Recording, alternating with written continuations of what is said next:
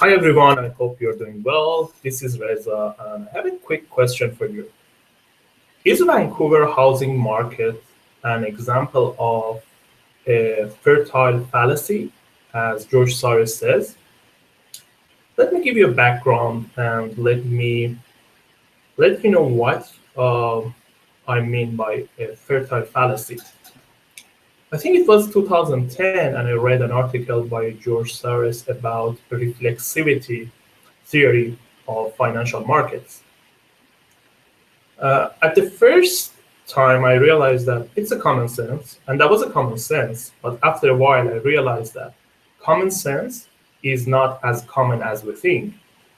I strongly believe that the timing of reading a book is very important. If you read book A, then book B, then book C, the cognitive effect on your consciousness is quite different if you read book C, then A, then B. Anyhow, a couple of days ago, I read this article about a reflexivity theory of financial markets by George Soros again, and I asked myself, is the real estate market in Vancouver a good example of a reflexive event? Let me show you something.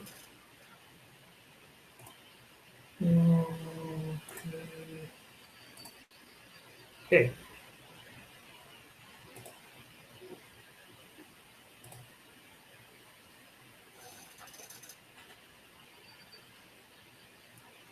This chart shows the price index of real estate in Vancouver. And what I'm trying to say is this is a fertile fallacy. George Soros defines two kinds of functions in a financial market or in a market, whatever it is. And these two functions are cognitive functions and manipulative functions. Cognitive functions are the impressions that the markets have on our perception, like the impression the objective reality has on our subjective reality. And manipulative function is exactly the opposite direction. I mean, manipulative function is about the effect or the impact our internal or our subjective reality has over the external or objective reality in the marketplace.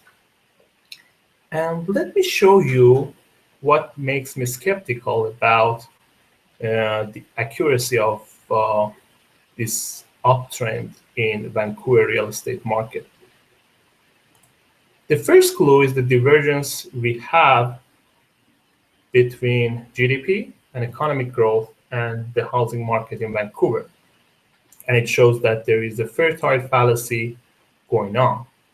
Let me share with you the last report of Bank of Canada about the commodity price index.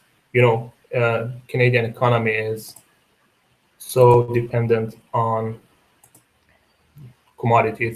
It's commodity economy. This is the price index of commodities, and you see we are here right now, and we are at the lowest level since 2003. So what I'm trying to say is the divergence we see between the housing market and the GDP is an indicator of fertile fallacy. You may say that money in the housing market of Vancouver is coming from outside of Canada, but it's not the answer to the question, because it's another indicator of this fertile fallacy. So I'm not saying that don't invest in real estate, but I'm saying that let's diversify first, and don't be too optimistic about this marketplace of housing in Vancouver.